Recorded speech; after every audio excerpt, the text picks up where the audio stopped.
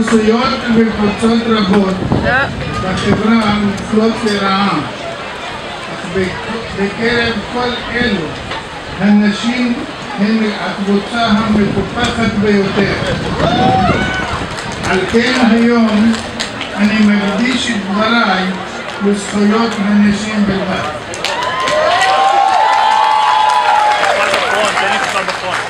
מיום ליום החברה שלנו נעשית אלימה וגזענית יותר, ונשים שהן מחצית האנושות משלמות על כך מחיר כבד מאוד בגופן ובנפשן. קיפוח נשים, דיכוי נשים ואלימות כלפי נשים הם סוג של גזענות הנפוץ ביותר בחברה האנושית.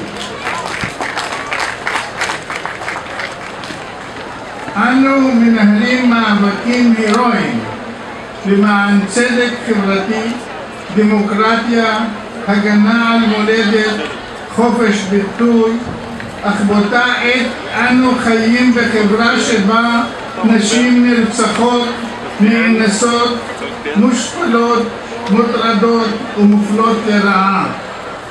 אנו חומסים את זכויות הנשים, ואין זה משנה אם יהודים אנו, מוסלמים, נוצרים, ישראלים או פלסטינים, מזרחים או אשכנזים, משכילים או בורים, ימנים מושבעים או שמאלנים מובהקים, חילונים נאורים או דתיים חרדים. החברה מדכאת את הנשים. האמונה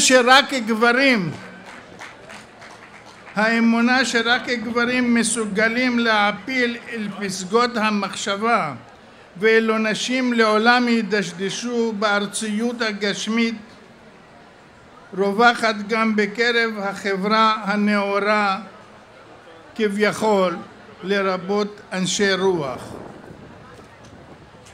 לדיכוי רוחני זה ששותפים לו גברים ולעתים גם נשים מדוכאות, השלכות מרחיקות לכת על עיצוב החברה. לפיו בעד אותה עבודה שכרן של נשים נמוך משכר הגברים. פערי השכר בישראל הם מהגבוהים בקרב המדינות המפותחות. לא נשלים עם מצב זה. נשים זכאיות לשכר זהה, לא פחות מהגברים, ולו בשקל אחד.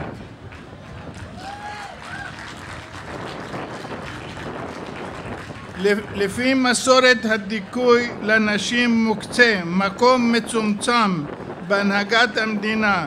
לא נשלים עם מצב כזה.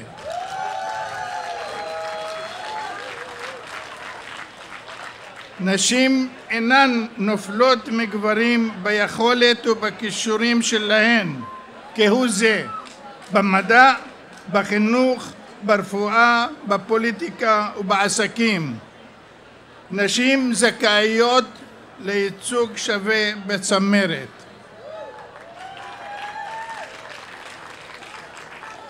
לפי מסורת הדיכוי, כשאישה מבקשת גט, רבנים ודיינים חורצים את גורלה, שלרוב נותנים חסד לגבר, גם אם אלים הוא.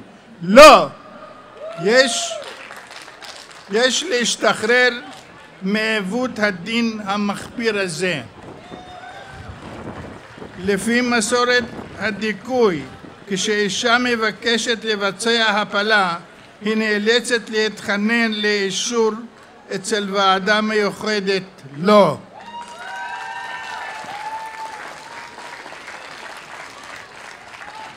גופה של האישה שייך לה, וההחלטה צריכה להיות בידיה בלבד.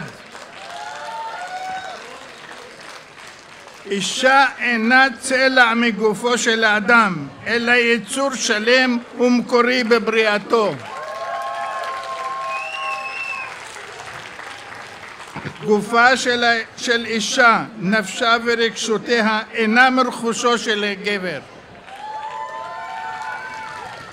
אישה אינה עזר כנגדו, כי אם ישות עצמאית ושותפה מלאה.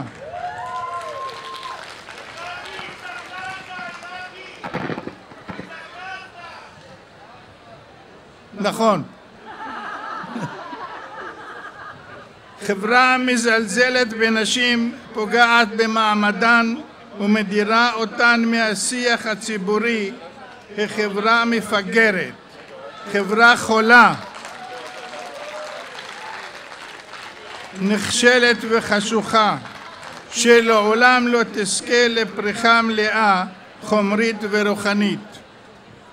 מיליארדים מושקעים בביטחון המדינה, אך מעט מאוד למען ביטחון נשים החשופות מדי לדיכוי, להטרדה, לאלימות ולרצח.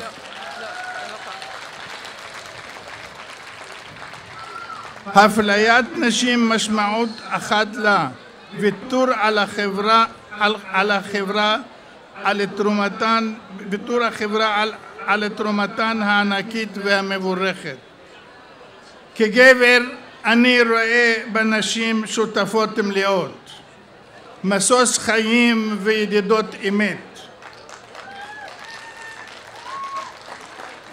וגם כעיראקי אומר, מי שפוגע בנשים ומקפח אותן הוא אויב שלי. אני מייחל ליום שבו נשים לא ייאלצו לחסות במקלטי הגנה, ושהגברים האלימים הם שיאלצו לחפש מקלט.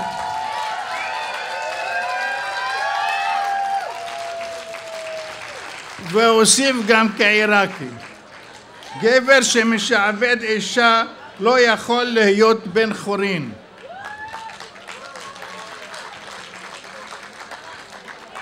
חברה בריאה וצודקת אינה יכולה להתקיים בין מנצל למנוצל, כובש ונכבש, בין אדון ומשועבד. שוויון בין המינים הוא התקווה הגדולה לעתיד ראוי של האנושות.